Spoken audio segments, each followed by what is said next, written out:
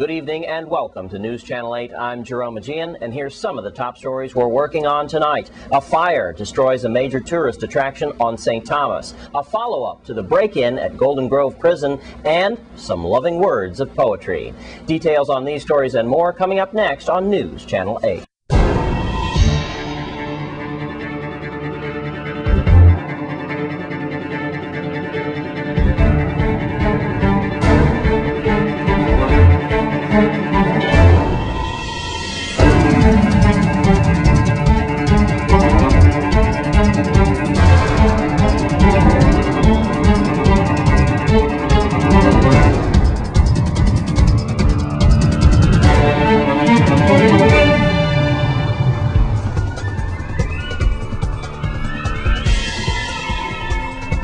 In our top story tonight, a raging fire destroyed a popular tourist spot as a fire blazed through Mountaintop on St. Thomas. News Channel 8's Lee Carl files this report. Fire destroyed last night an historic landmark, tourism landmark, that is Mountaintop.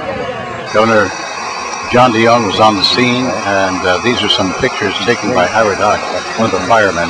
And I got a chance to speak to the fire chief, Glenn Francis, in just a moment. But this gives you a real idea of how devastating this situation was. And here was the governor as he arrived on the scene from the UVI commencement. I came here right after the graduation down at UVI, where I was made aware of what was taking place. But clearly that call that took place with the water haulers has been a tremendous help. The amount of water that we've received first from fire, then from the government trucks and now the private water haulers has really helped with respect to the coordination. But right now up there, and I encourage people as they hear the fire, the sirens and the trucks to be cautious and move to the side, because there's still that need for the consistent flow of water. And folks that are living in the Mountaintop area, to the extent that their home is not near there, stay off the main road in terms of coming out and looking at what's happening. But there's tremendous coordination that's taking place up there. I believe that based on the level of intensity of the fire, that fire service has it pretty much under control to a certain extent, as long as we continue to get the water that call was made for. But the coordination is tremendous with fire in the lead, and then Vitima doing the amount of coordination that's required. But right now, from the fire service to Vitima to rescue to EMS, it is very clear that everyone is out. All the emergency personnel out. The police, Chief Carrad and his folks are here, just coordinating and maintaining the traffic and going back and forth in terms of making sure the fire trucks get up here. I mean, clearly it's a tremendous blaze that may affect some of the homes nearby, but right now they're doing their best to contain it. What a devastating thing for all of us who have been up to Mountaintop, brought friends up here way back in Dan Danvers days. I remember that. And with me is Glenn Francis. Glenn, what a major fire you had to handle here. You had major problems too, right? Yes, Lee, it was a difficult fire due to the fact that the structure is basically it's a metal frame, but all the interior was made out of wood. Partitions were made out of wood, combustible material. Now, as we're looking at some of the flames and also the inside, everything up here is gone. Yeah, right? there was a bar in there with that had a lot of liquor and so forth. Right. And that was probably one of the areas that actually fueled the fire, helped fuel the fire along with the wind and the wood. Yeah, the wind, of course, another factor. Of right? course, Talk about that. yeah, you know, like on a acetylene torch, you add acetylene gas, you add air to it, and it burns more intense. The burning intensity, the fire gets hotter, and you know that's what happened with this situation up here. When this structure was burning, and it opened up certain areas, when windows and glasses popped from the heat, and the wind started to get into the structure, it started to mix with the fire, the ongoing fire, and it's feeding the fire. Feeding really, the fire. Yeah, it fed the fire, and yeah. There was no stopping it. Of course, another problem here, as we stand out here in the courtyard, some of the area is still intact, but inside is gone. Now, your people had problem with water, right? What? Yeah. There are no hydrants up here. There's no hydrants, and we have to haul water up. We have a limited amount of tankers. This is a large structure, a large building, and it would take more than the water that we have. So now we got a call to put the announcement on the air, and the commercial water haulers really responded, didn't they? Yes, yes. Several, even some new ones came out. You know, there's a lot of water haulers, new businesses, and they came up. in full force, and we had them standing by. We had up to 4 tankers down the hill, water haulers down the hill standing by, while we had about 5 up here feeding our trucks. So it was very effective. At Mountaintop, where you may not necessarily get a banana daiquiri anymore, and they have to rebuild, with Glenn Francis, Fire Chief Lee Carl for News Channel 8. And in other news tonight, the Attorney General's office is looking into the incident that happened recently at Golden Grove Prison on St. Croix. 3 men tried to break into the prison last Friday night. News Channel 8's Wes Small is all over this one. Thanks a lot, Jerome.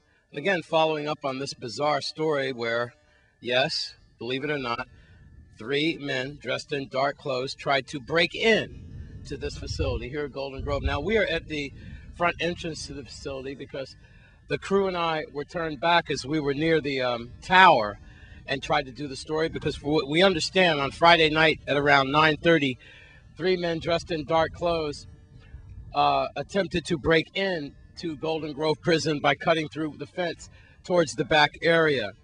So now this perimeter is now on watch, and we did see 1 or 2 prisoners around the yard. So with that, I'd like to go to Sarah Lizama, the Department of Justice spokesperson, as now finally light has come onto this case, and it's been official out of the Attorney General's office that they did have a breach of security here at Golden Grove. What is going on? Why would men try to break into the prison? We'll have more on that, but first, the official word from Sarah Lizama, Department of Justice spokesperson. Well, an investigation into the matter is ongoing, and at about 9:45 Friday night, a routine perimeter check of the facility turned up 3 male suspects who were on the outside and appeared to be in the process of cutting a hole in a perimeter fence located to the rear of one of the facility's detention units, and they were using tools to attempt to accomplish this. Upon spotting the suspects from afar, a Bureau of Corrections sergeant who was conducting the perimeter check with the Bureau of Corrections officer called out to the suspects and then fired 2 rounds from his service weapon. The suspects immediately fled the area on foot into a brush area. The police department was called and a search ensued for the 3 individuals. They were not located. However, as I said, the investigation into the matter is ongoing. The Bureau of Corrections performs these routine armed perimeter patrols of the facility at irregular intervals on a regular basis, and that's part of our customary security procedure.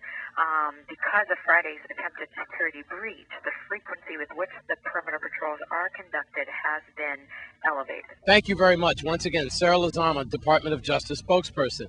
Now, of course, there's lots of speculation on what these guys were doing. Why were they trying to break in to a prison? Also, now we understand from sources that K-9 was called in, and K-9 tracked these 3 men to the area of new works in the area.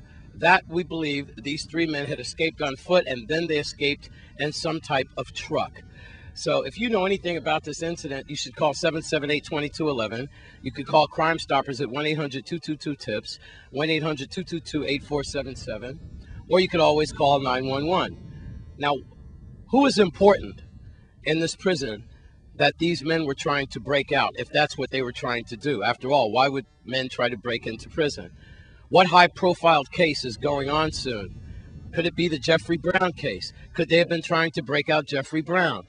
But with that, we also understand that he is probably under special protection.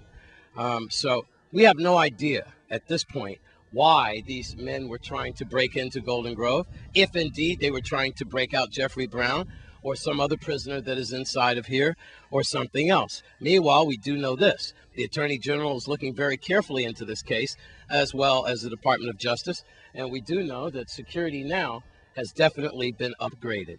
So the mystery continues. Why would anyone try to break in to a jail? Well, we'll try to keep you updated. Here at Golden Grove Prison, I'm Wes Small for News Channel 8.